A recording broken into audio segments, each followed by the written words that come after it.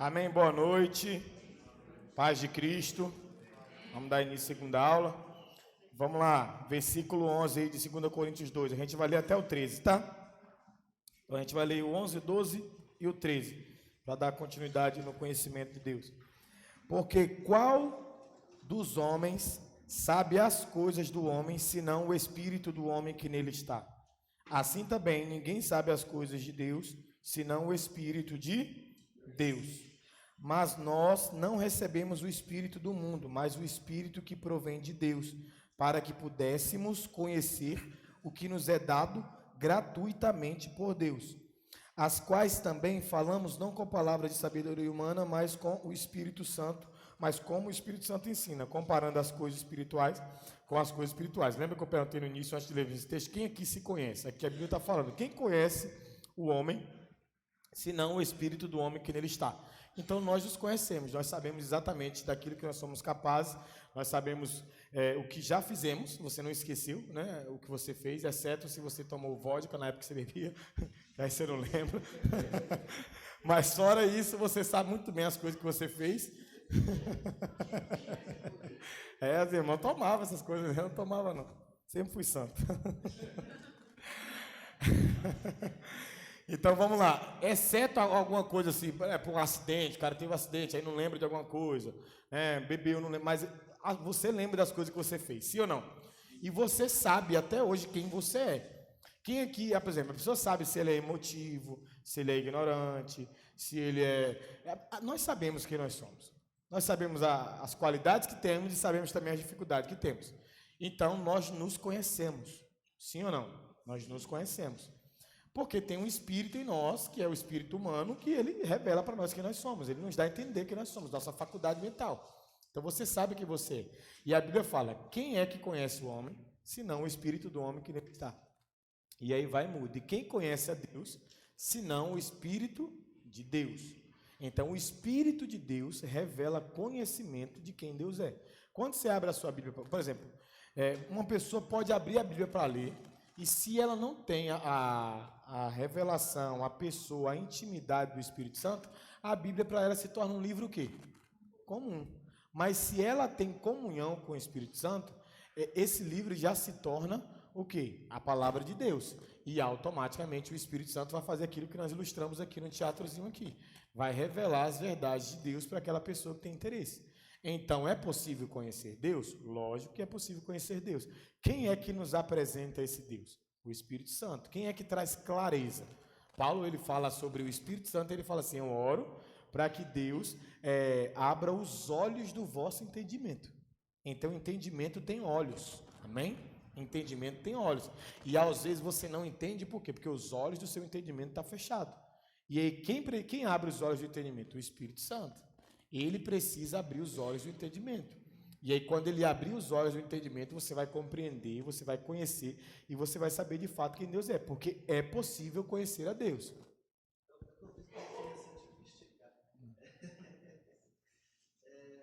Tem pessoas que são ateus, principalmente no caso, que foram convertidas através de uma leitura, entre aspas, comum da Bíblia. Tem um grande psicólogo que é Augusto Cury, ele se converteu assim, e tem um pai da igreja antigo, o Carlos falou dele comigo um dia.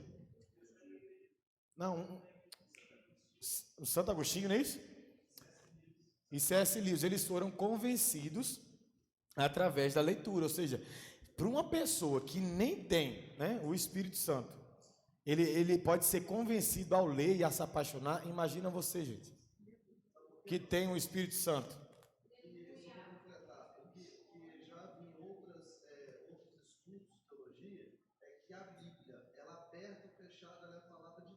Não, claro. Está aberta a quem estiver aberto a lê-lo.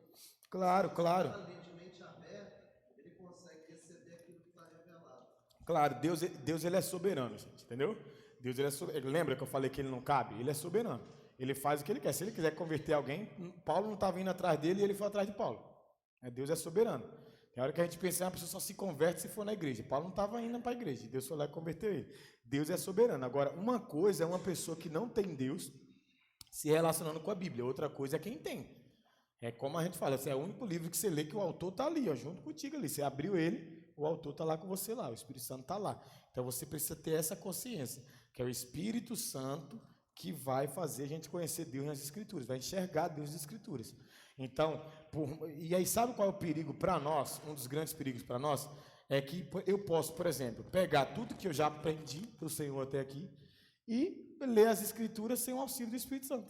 No meu caso, pode acontecer. Não, vou lá, eu já entendo mesmo. Vou ler para pregar mesmo, vou ler para pregar, e aí eu vou o quê? Andar na medida daquilo que eu já aprendi. Aí eu estou me limitando a aprender. Nunca façam isso, entendeu? Nunca ande nesse lugar. Todas as vezes que você lê, lembra, quem é que conhece as coisas de Deus? O Espírito Santo de Deus. Tem acesso livre, revela as coisas ocultas, vai até o Pai, traz as coisas do Pai para o seu coração e vai te dando conhecimento. Por isso que a gente não pode se ensoberbecer com aquilo que nós aprendemos. Porque não aprendemos porque somos as pessoas. Aprendemos porque Deus viu humildade em algum momento no seu coração para poder te ensinar. Quando que você para de aprender? Quando a humildade vai embora. Porque quando a humildade vai embora, você fica cheio de autoconfiança. E aí, o que a Bíblia fala com o soberbo? Que Deus o quê? Resiste. O que é resistir? Você está tentando se aproximar e Deus diz, não, sua intenção é errada. Não vou deixar você me conhecer, sua intenção é errada. Então, sempre tenha um coração humilde para aprender, porque o Espírito Santo está sempre disposto a ensinar. Amém? Vai lá, Carlinhos, pula ali. Não, volta aquela parte lá, só para ali embaixo ali. A doutrina da incompreensibilidade de Deus. Ali está falando o quê? Que a gente não vai compreendê-lo totalmente, amém?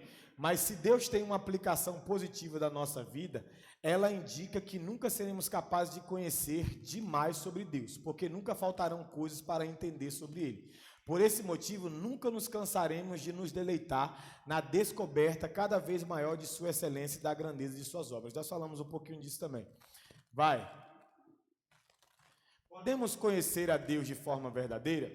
Vamos ler aqueles textos ali, que aqueles textos ali revelam quem Deus é. Olha lá, aqueles primeiros 4 textos ali. 4 pessoas podem abrir, vocês leem, para ficar mais participativo aí?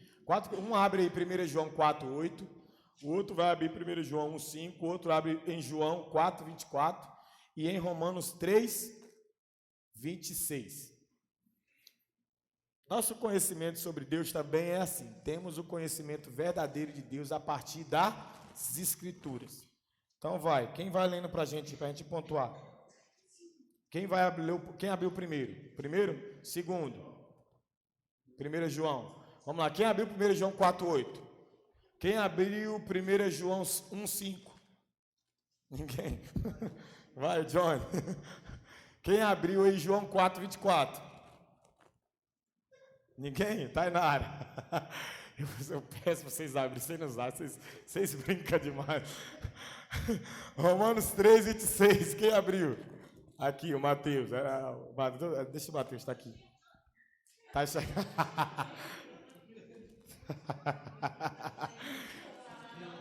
Vanessa, seu Miguel foi o melhor, Vanessa. Seu Miguel foi o melhor.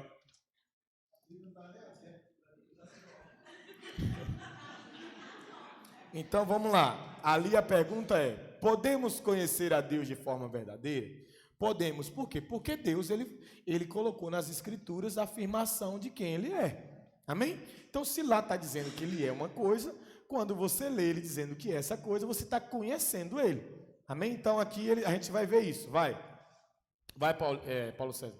Aquele que não ama, não conhece a Deus. E Deus é amor.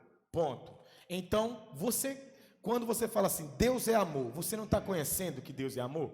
Sim. Então, as Escrituras vão revelar quem Deus é. E aí, claro que Ele coloca a gente no meio ali, né? Porque é um atributo, a gente vai aprender isso comunicável. Deus não ama sozinho, Ele ama e quer que a gente ame também. Amém? Esse atributo dele se comunica conosco, Ele partilha desse atributo. Então, aquele que não ama não conhece a Deus, porque Deus é amor. Então, eu não conheço a Deus, não. Agora você já conhece uma faceta, um atributo dele. O que Ele é? É amor. Então, Quando você tem contato com as Escrituras, você vai ter contato com o conhecimento de quem Deus é, porque Deus faz afirmações sobre quem Ele é, sobre como Ele quer ser adorado, sobre como você deve se comportar. Então, Ele tem essas afirmações, amém?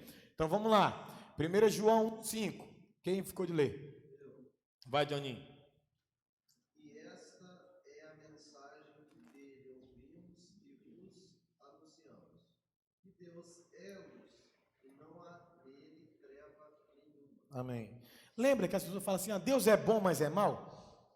Quem já viu gente falar assim, Deus é bom, mas Deus faz umas doideiras aí. Deus é vingativo. Vocês estão levantando o dedo aqui, está pedindo o quê? Número 1? Paramos de tomar brama. Vamos lá. Deus é luz e nele não há o quê? Trevas. Então, quando alguém tentar misturar a luz de Deus com as trevas, você vai ficar confuso? Vai falar assim, não, Deus ele é bom, mas ele também é ruim. Deus é luz, mas ele também tem uma parte escura nele. Deus é amor, mas ele também odeia. Não. Deus não tem atributo ruim. Existem atributos de Deus que em algum momento vai dar a consequência devida das nossas atitudes. Um desses atributos é o quê? Deus é juiz? E ele não vai julgar todas as coisas? E se tu não quiser ele, tu vai para onde? Fala com gosto. Então pronto. Então, isso quer dizer que Deus é mau para mandar as pessoas para o inferno? Não, isso quer dizer que Deus deu a oportunidade de salvar as pessoas e as pessoas não quiseram essa oportunidade. Então, ali em 1 João, você está conhecendo que Deus é luz e não há nele treva alguma. Por que João está ratificando isso? Porque quem já conheceu alguém, você fala assim, não, fulano é maneiro, iluminado, mas de vez em quando a pessoa faz uma treta e fala, fulano é meio estranho com essa parada aí. Por quê? Porque ele não é Deus, ele não é uma luz plena, não é uma luz com ausência de situações ruins da vida dele, de treva. Nós não, a gente está aqui guiado pelo Senhor, mas tem coisa que a gente faz que tem que pedir perdão a Deus, que não revelam quem Deus é. Amém? Então, ali ele está afirmando que Deus é sempre luz. Deus é luz e não há nele treva alguma. Então, você está conhecendo, Deus está se revelando. Vai lá. João 4, 24.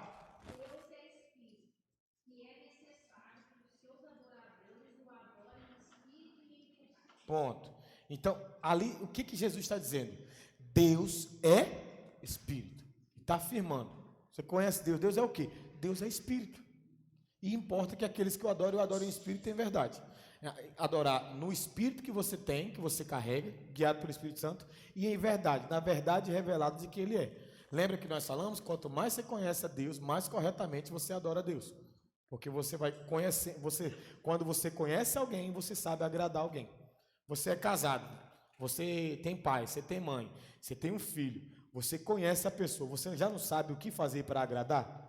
Porque quem eu conheço, eu consigo agradar. Então, Deus é Espírito e uma das formas de adorar Deus, de agradar a Deus é o quê? Andando na verdade da palavra dele e se comunicando com ele no Espírito. Amém? Então, a gente precisa entender isso. Deus é Espírito. E aí, quando ele ratifica que ele é Espírito, ele está ensinando algumas coisas para nós também. Ele não cansa.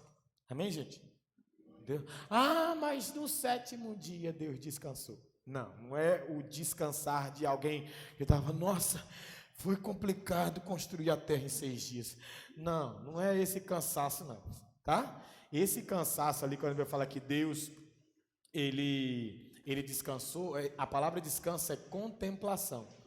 Ele foi ver tudo que ele tinha feito, ele estava contemplando tudo que ele tinha feito. Sabe? Por isso que nós também temos que ter uma cultura contemplativa, porque isso revela muito quem Deus é. Então, Deus ali não estava fadigado, não saiu da academia, pegou um monte de peso. Não. Deus não cansa. Ele é Espírito, irmão. Amém? Como o seu espírito não cansa, não. De vez em quando o irmão fica, estou com o espírito cansado. Não, você pode estar com a alma cansada e com o corpo cansado, porque espírito não cansa, amém? Espírito não cansa. Outra coisa que o espírito não faz, não dorme, amém? Deus é espírito, é por isso que o salmista diz, ele não dorme e nem o quê? Cochila. Então ele nem pega no sono literal igual nós, de invernar. Tem gente que não dorme, nem inverna. Mulher mesmo, final de semana, ela dá aquela embernada, vai embora. E tem gente que o quê? No horáriozinho de almoço, o cara dá um pulinho no carro e dá o quê? Uma cochilada. Então, é bom nós sabermos que Deus é espírito. Ele não cansa, ele não dorme e ele não cochila. E Jesus em João 17 diz assim: o meu Pai trabalha até agora e eu também. Então, em nosso favor, tem um Deus que não cansa, não dorme, não cochila e está trabalhando o tempo inteiro em favor das nossas vidas.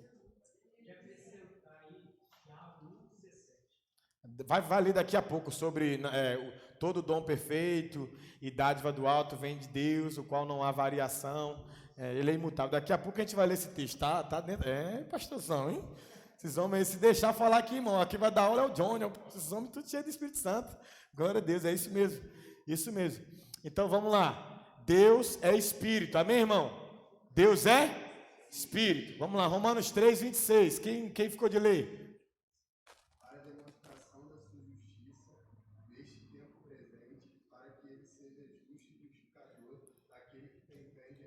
Então, o que Deus é? Justo. Deus anda em justiça. A base do trono de Deus é o que? Justiça. O salmista diz, a base do trono do Senhor é justiça. Então, você vê as coisas acontecendo na terra. A fome aqui, fome acolá, guerra, isso. Ai, vou atribuir isso a Deus. Não. Salmo 115, verso 16 e 17. Os céus são céus do Senhor. Me diga uma coisa que está em desordem no céu. No lugar que só Deus governa. Nada. Nada. Os céus são os céus do Senhor. Não tem uma bagunça lá. No dia que se levantou a bagunça, Deus falou, some daqui. Expulsou Lúcifer de lá. Então, onde Deus governa plenamente sozinho, não tem bagunça nenhuma. Os céus são os céus do Senhor. Está tudo ordenado. Cada um no devido lugar, honrando, dignificando, louvando ao Senhor. Agora a terra está meio bagunçada. Sim ou não? E de quem, entenda, no sentido de quem é a terra quando eu falo. Não que a terra não seja de Deus e as pessoas não sejam de Deus. Porque 24 afirma que tanto a terra quanto as pessoas são de Deus. O que eu estou falando é de autoridade confiada. Deus não toma autoridade confiada, querido. Deus não toma dom. Amém? Os dons são dados sem arrependimento. Então um dia Deus criou a terra e deu autoridade a quem? A Adão. Adão vai e peca e confia essa autoridade na mão de quem? Satanás, da serpente. E aí por aí vai, Satanás começou criar o império dele, e aí homens guiados por essa influência satânica, eles imperam em algum, porque não é governo, imperam em algum lugar. Então os céus são os céus do Senhor, a terra Deus deu aos homens. Então tudo que é injustiça na terra, fruto da humanidade, porque Deus é justo. Deus é plenamente justo e justificador. Além dele ser justo, ele poderia olhar e falar assim, não, eu sou justo, mas não estou nem aí para vocês. Mas ele é justificador, que é a mesma palavra para... Ele encontra pessoas injustas. Quem era injusto aqui? E ele justifica essas pessoas. Ao ponto de que Paulo diz em 2 Coríntios 5, acho que na altura do verso 19, que nós somos a justiça de Deus. Nós somos a justiça de Deus. Não porque a gente entrou nesse lugar de justiça, mas porque a justiça de Deus nos alcançou, nos remiu, e agora Deus manifesta a sua justiça através da igreja dele. Amém? Então nós precisamos entender isso. Deus é justo. Quando alguém fala assim, essa fome aí é culpa de Deus, essas enfermidades é culpa de Deus. Não, irmão, não é. Toda injustiça que você vê, toda falta de caráter não, é todo mau caratismo que você vê, isso é fruto do homem. Paulo fala assim, que o amor ao dinheiro é a raiz de todo mal existente. Então, todo mal que você vê espalhado na terra é porque homens decidiram amar o dinheiro. O que é diferente de gostar. Gostar nós pode, tá? Senão você vai pensar assim, pastor anti-dinheiro. Olha para o teu irmão e fala assim, pode gostar de dinheiro. Pode ter. Fala assim, pode ter. Não esquece de dividir. Não esquece de dividir. Pode ter. Mas Deus é justo. Amém, querido? Deus é justo. Vamos lá. Pula, filho, pode pular.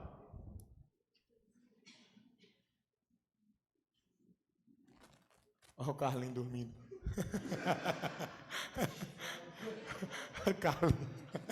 Ô Carlos, volta pra cá. Você é meu, menino. Pode pular ali, filho. Esse Carlos é uma figura. Vamos lá. Por que devemos conhecer a Deus? Para cumprirmos o seu propósito. Quando nos convertemos, temos um primeiro nível de revelação de quem Ele é. Mas não podemos caminhar por muitos anos no cristianismo apenas com essa primeira revelação. Ele nos criou para sermos sacerdotes, para termos comunhão com Ele. E aí, vamos lá, vamos ler com a gente lá, Êxodo 19, versos 5 e 6. E, por incrível que pareça, eu falei disso essa semana, muito aqui no culto. Da importância da gente não se acomodar. Êxodo 19, versos 5 e 6.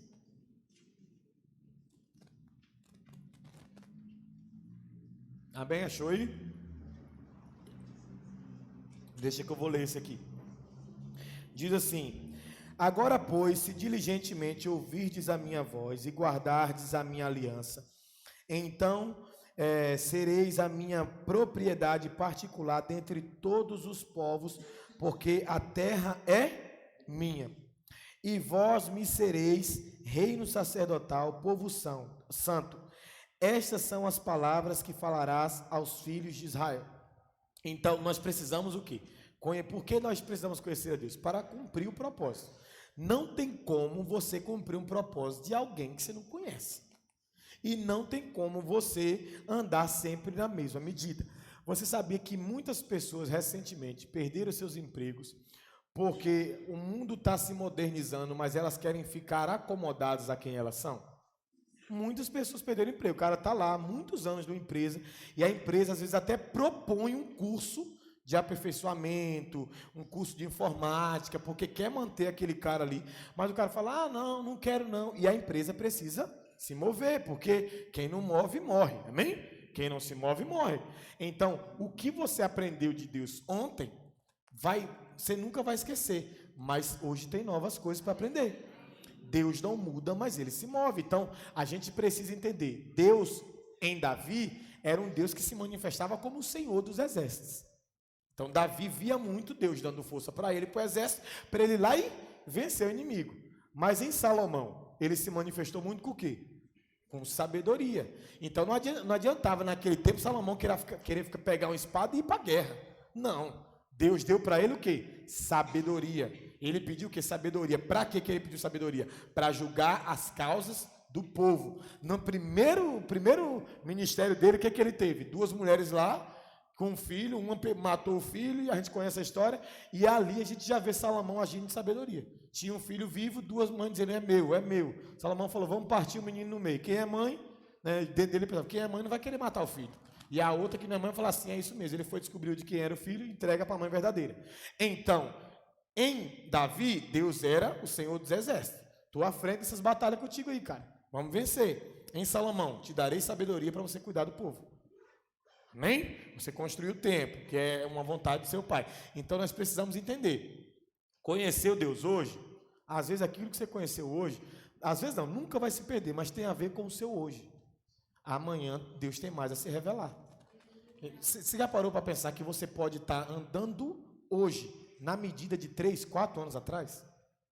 Tudo isso por causa de um comodismo espiritual. Porque, sim, lembra que eu usei o exemplo das pessoas que perderam seus empregos? Excelentes funcionários, às vezes, anos e anos de empresa, mas quando o novo foi proposto, o que ele faz? Não quero. Irmãos, Deus, ele se move. Ele é um Deus de novidade. Amém? Eu não posso ficar apegado. Vou te dar um exemplo da minha vida, para você entender. A gente recebeu aí, nesses últimos 6 meses, eu vou falar de profecia aqui. A gente recebeu um montão de profecia sobre apostolado e sobre um montão de viagem. Aí você pensa o quê? Que eu sou um cara que amo viajar? Não, é o oposto disso. Eu não gosto de viajar, de verdade. A minha esposa, que ama viajar, para o apostolado, ela não, eu gosto tanto da igreja, ficar aqui quietinho.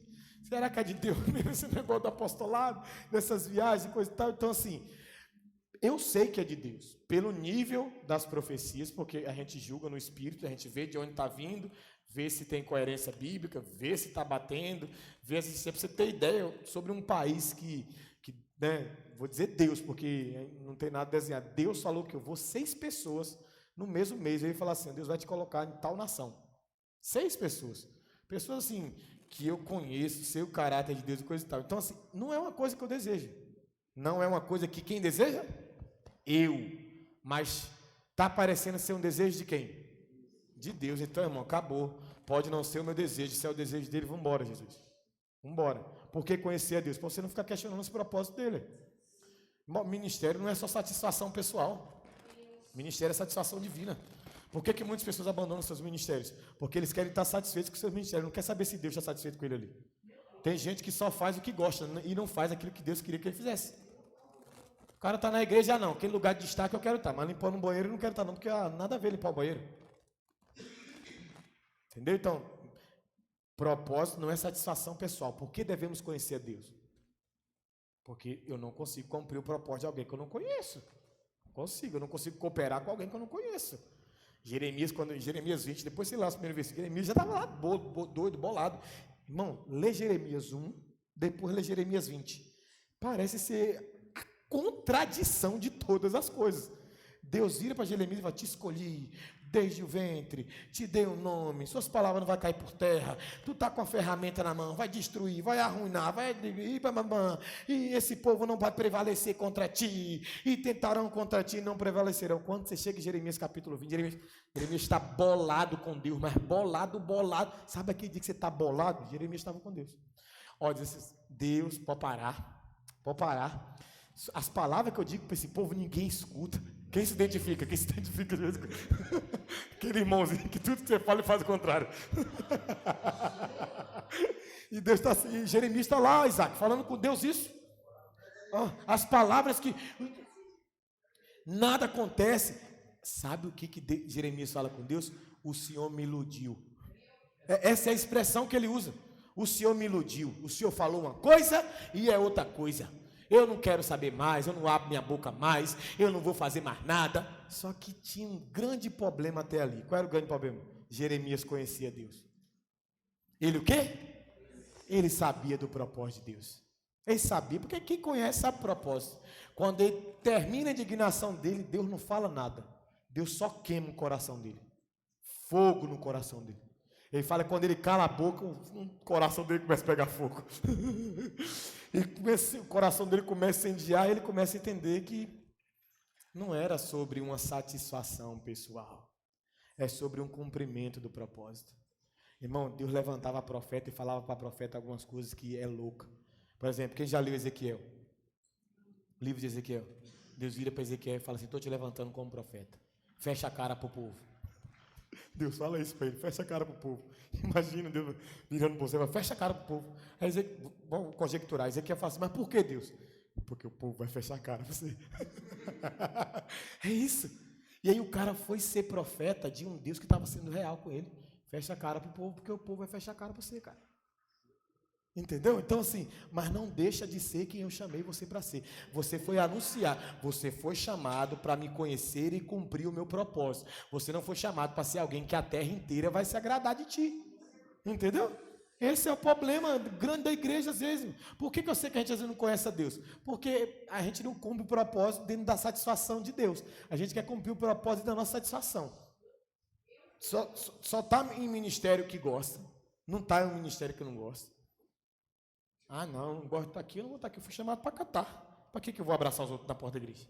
Por que eu vou ser diácono? Irmão, preste atenção.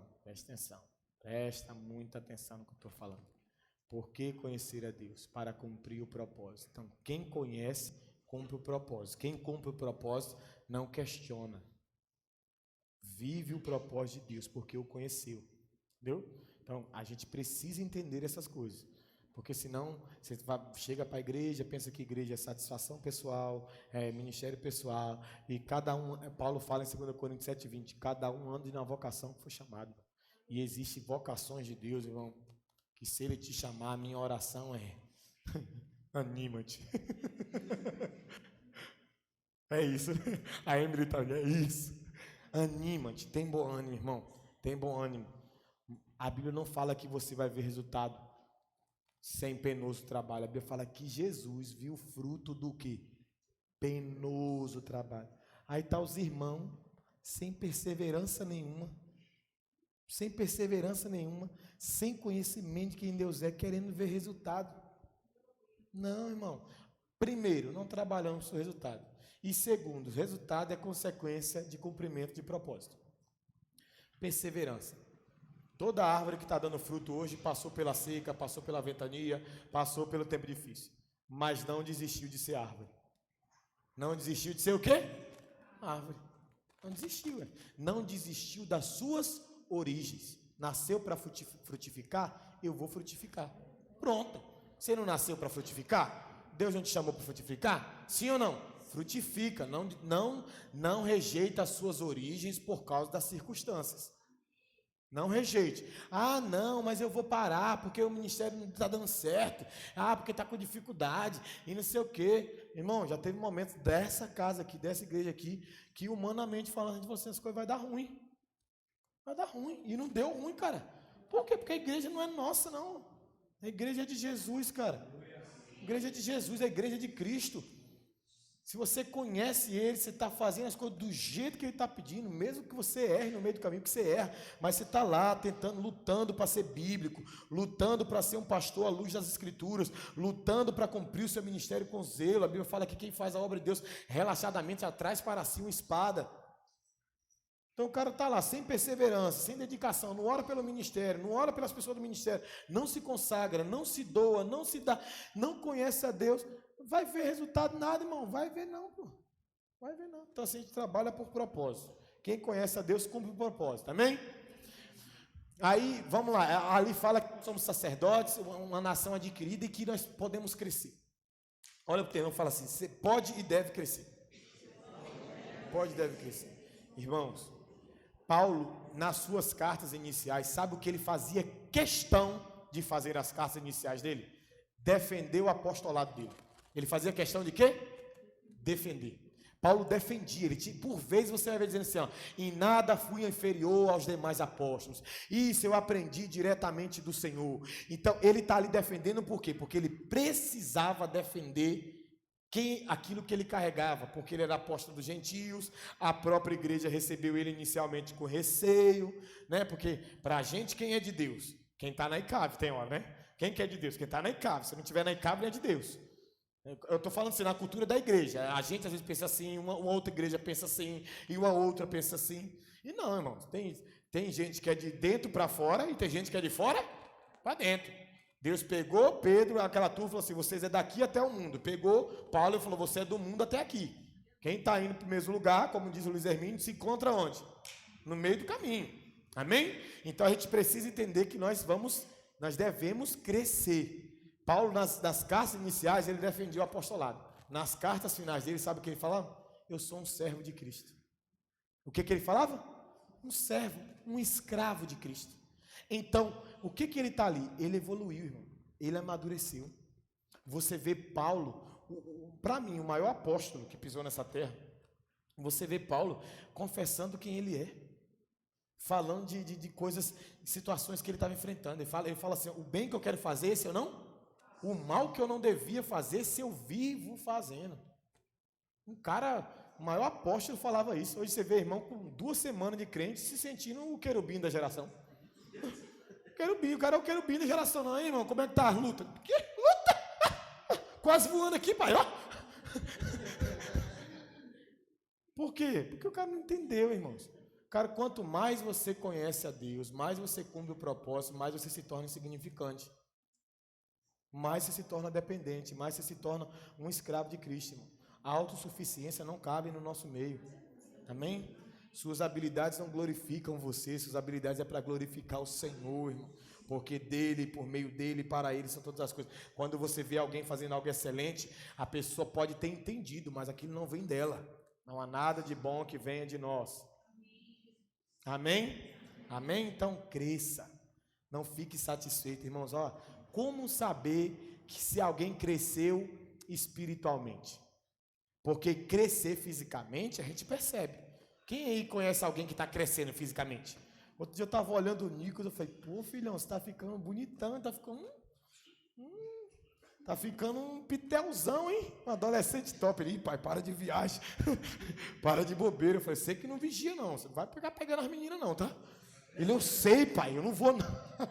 Já todo vermelho. E ele está crescendo fisicamente. Crescimento fisicamente é possível de ser enxergado, assim como o crescimento espiritualmente é possível de ser enxergado. Tanto enxergado por você mesmo, quanto enxergado por aqueles que convivem com você. Crescimento espiritual é possível ser enxergado. Então, de vez em quando, faz aquela análisezinha boa, irmão. Sabe, dá uma olhada, porque não há nada novo debaixo do céu. Aquilo que foi, há de ser. Satanás não muda de estratégia, ele vem com coisas antigas, com as mesmas coisas. Satanás não muda de estratégia. Então, preste atenção para a gente finalizar a aula. Como saber se nós estamos crescendo espiritualmente? Se a gente está dando respostas diferentes para tentativas antigas do diabo. Como saber se nós estamos crescendo espiritualmente? Quando a maturidade bate na nossa porta e coisa que nos afetavam não nos afeta mais. Não nos afeta mais, irmãos. Tem gente que até hoje, o calcanhar de Aquiles dele é o mesmo. É o mesmo. Cara, faz o diabo mudar de estratégia, porque Deus é real e Ele quer que você cresça. A vida de Jesus revela que Ele fez o diabo mudar de estratégia, pô. Qual era a estratégia do diabo quando Jesus tinha menos de 2 anos para baixo? Qual foi a estratégia do diabo? Vamos matar as crianças. Não deu certo, ele pensou que tinha dado, ficou descansado um tempão. 30 anos se passa, Jesus vai batizar. Sim ou não? Vai batizar. Quando Jesus vai batizar, o céu grita: esse é meu filho amado, em quem eu tenho prazer. O diabo olha e fala assim: não, eu não matei não, então esse é Jesus? Vamos atrás dele de novo. Aí o próprio Espírito Santo leva Jesus para onde? Para o deserto. Ele teve que mudar a estratégia, não deu certo lá, tentando matar quando criança. Agora Jesus está com 30 anos. E aí ele vai tentar de novo. E vai primeiro onde? Na fraqueza. 40 dias sem comer? Transforma a pedra em pão. Não, mas tu está com fome. Mas nem só de pão verá o homem. Muda de estratégia, Satanás. Então calma. Só um segundo. Está escrito sobre ti, usando a Bíblia, está escrito sobre ti que os anjos vão te guardar, cara. Está escrito sobre ti que os anjos vão te guardar. Lança-te daqui e os anjos vão te guardar. Aqui é que Jesus fala: não tentarás o Senhor teu Deus. O que Jesus está dizendo? Muda de estratégia, não vai funcionar comigo isso aí. Bora, Satanás, muda. Calma aí, mais alguns segundos. Está escrito também. Está escrito também o quê? Sabe não? Sabe não? Vou te dar todas as riquezas do mundo. O que Jesus fala? Não. Ao Senhor teu Deus adorarás e somente a Ele servirás. Aí, vamos lá, pra você entender. Satanás olhou e falou: olha só, Satanás mudando de estratégia. Tentou matar quando criança, não deu certo. Tentou ir na fraqueza, sua fraqueza não é para queda, é para glorificar o nome dele, tá? Ah, não, eu sou fraco com isso, eu vivo caindo. Quem disse que fraqueza é para queda? Paulo diz que o poder de Deus se aperfeiçoa na sua fraqueza. Então, se você vive caindo na sua fraqueza, é porque o poder de Deus não chegou ainda aí. Pastor, mas você tem que entender que eu sou fraco nessa área. Todo mundo tem área que é fraco. Mas se vive caindo é porque o poder de Deus não chegou. O poder de Deus livra você de cair diante da fraqueza. Terceiro, foi lá nos desejos, das profecias. Você não é hora, cara, não é hora. Então vou mudar. Foi lá onde? Vou te dar tudo. Porque lembra que eu falei que Adão entregou para Satanás? Satanás não me ofereceu uma coisa que ele tinha mesmo. Coisa para oferecer a Jesus. Só que Jesus falou assim: não, a Senhor teu Deus adorará somente a Ele. Aí Satanás precisou o quê? Agora, além de mudar de estratégia, eu vou precisar me retirar. Você viu que 3 coisas ele foi tentando enquanto estava ali. Aí a Bíblia fala que Satanás se retira, os anjos vêm e servem Jesus. Só que Satanás desistiu? Não. Aí Satanás bolou, pensou que estava bolando um plano, mas o plano era de quem? De Deus. Satanás ajudou a executar o plano de Deus. Esse Deus não é gente não. Satanás está lá pensando que está criando, tomando lá os fariseus, tomando a turma inteira, enquanto Deus está falando assim: vocês vão fazer isso aí, vão pensar que é vocês. Aí está lá Satanás, inflamando o rei, inflamando os fariseus, inflamando os caras que estavam odiando Jesus. Chega ao ponto que os caras pegam Jesus e aí prende Jesus, e depois Jesus vai para a cruz. Aí quem já viu o filme lá, A Paixão de Cristo? Nesse momento o que passa? Passa lá o diabo, né? Com o neném do colo e aqui, risadinho, rindo. Ele está pensando o quê? Agora eu te peguei. Agora eu te peguei, já era. Ele estava cooperando para a própria destruição. Ele mudou de estratégia e aí ele pensou que estava criando uma estratégia, só que aquela estratégia era a estratégia de Deus para finalizar a vida dele, para destruir o diabo. Então, moral da história, querido, cresça. Como que eu sei que eu amadureci? Como que eu sei que eu cresci? Quando eu paro de dar as mesmas respostas diante das mesmas situações. Quando eu faço o diabo mudar de estratégia. Olha o que a Bíblia diz: sujeitai-vos, pois, a Deus, resistir ao diabo e ele... Tem gente que o diabo não precisa nem fugir. Não está sujeito a Deus, não está sujeito à palavra de Deus, então o diabo já fica ali, já fica ali. Irmãos, pessoas me magoavam há um tempo atrás, e aquilo vinha como uma flecha no meu coração, ficava mal. Hoje não, pô. Quando as pessoas me magoam, eu falo assim: Deus, faz parte do propósito. A tua palavra diz que eu tenho que chegar no altar rindo, porque tem pessoas me perseguindo por causa do teu nome, não é por causa do meu nome, não. Porque quando eu era das doideiras, as pessoas gostavam de mim. As pessoas não gostam agora, que eu sou apaixonado assim. Então pensa, amadurece. Você está passando situações aí que você está tomando um pau na prova, espiritualmente. Por quê? Porque Deus quer que você amadureça, mas você dá sempre a mesma resposta, sempre a mesma resposta, sempre a mesma resposta. Então, crescimento espiritual é visível nas atitudes, pô. Eu, como pastor, o que eu faço? Eu observo as minhas ovelhas, porque o pastor não observa as ovelhas, e tem gente que pensa que é madura e que eu sei que é imatura ainda. Por quê? Porque existem circunstâncias de sobra para darem uma resposta madura, e até hoje não deu. Então, às vezes, a pessoa pensa que amadureceu, pensa que cresceu, mas eu, como guia espiritual, como pastor, eu sei que não cresceu, pô. Porque quem cresce é visível, faz diferente, dá resposta diferente, o cara age diferente. Sabe o que o apóstolo Júnior perguntou para Paulinho uma vez sobre mim e para Samanta? Perguntou assim, longe da gente. Virou para o Paulinho e falou assim: e aí, como é que está o Miz e a Samanta? Eles estão crescendo, estão amadurecendo? Sabe qual foi a resposta da Paulinha para ele? Não sei se ela foi verdadeira, mas foi o que ela falou com isso. Falou assim: nossa, pastor, muito. Depois que o senhor apareceu na vida deles, como eles melhoraram, como eles avançaram, como eles cresceram. Irmãos, as pessoas percebem se você está crescendo espiritualmente.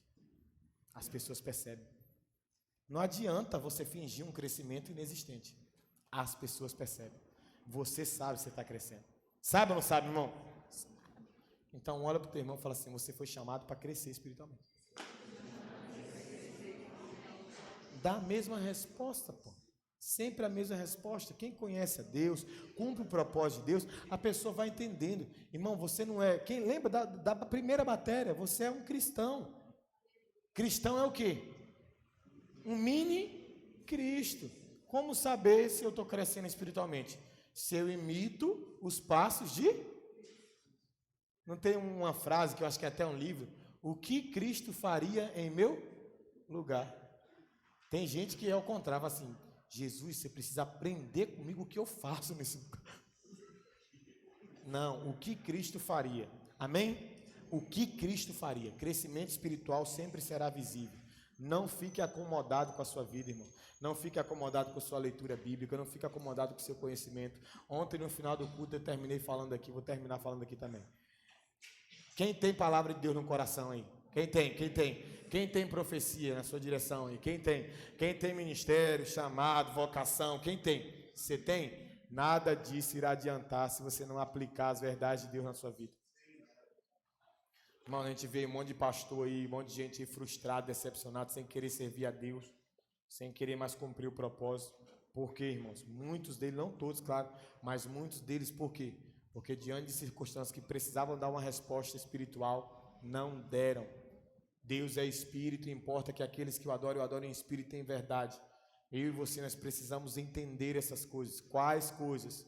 Precisamos crescer, irmão, espiritualmente. A gente precisa amadurecer. A gente precisa dar uma resposta diferente. Porque senão o diabo fica descansado em assistir você. Fica descansado, pô. Se é na carnalidade, luta contra a sua carnalidade. Luta. É na pornografia, luta. É na fofoca, luta. Luta, irmãos. Eu já vi irmã dessa igreja falar assim: eu já fui fofoqueira, mas não sou mais. Eu falei assim: glória a Deus para a vida dessa irmã. Porque já teve coragem de confessar que era fofoqueira. Sabe uma das coisas que é difícil a gente confessar que a gente é, mas a maioria de nós somos, uns dominam e outros não? Invejosos. Uma vez eu vi um pastor falar que a inveja é como uma célula cancerígena. A comparação que ele fez foi maravilhosa. Ele falou assim: a inveja é como uma célula cancerígena. Todo mundo tem. Uns desenvolvem, outros não. A inveja é a mesma coisa. Todo mundo tem uma pontinha. Uns olham e falam assim, fica quieta, fica feliz pelo irmão, você tem seu lugar no reino, para de desejar o lugar dele, se não precisa isso. E outros, eu quero aquilo para mim. Aí vai sendo consumido por aqui. Irmãos, em nome de Jesus, aplique a palavra de Deus no seu coração. Conheça o Senhor, amadureça, desenvolva, não fique acomodado com quem você é, com aquilo que você sabe. Amém? Fica sobre os seus pés. Quem vai orar pelo final aí? Quem vai falar um eu forte aí? Quem vai orar por nós no final, gente? Estou quase dizendo eu.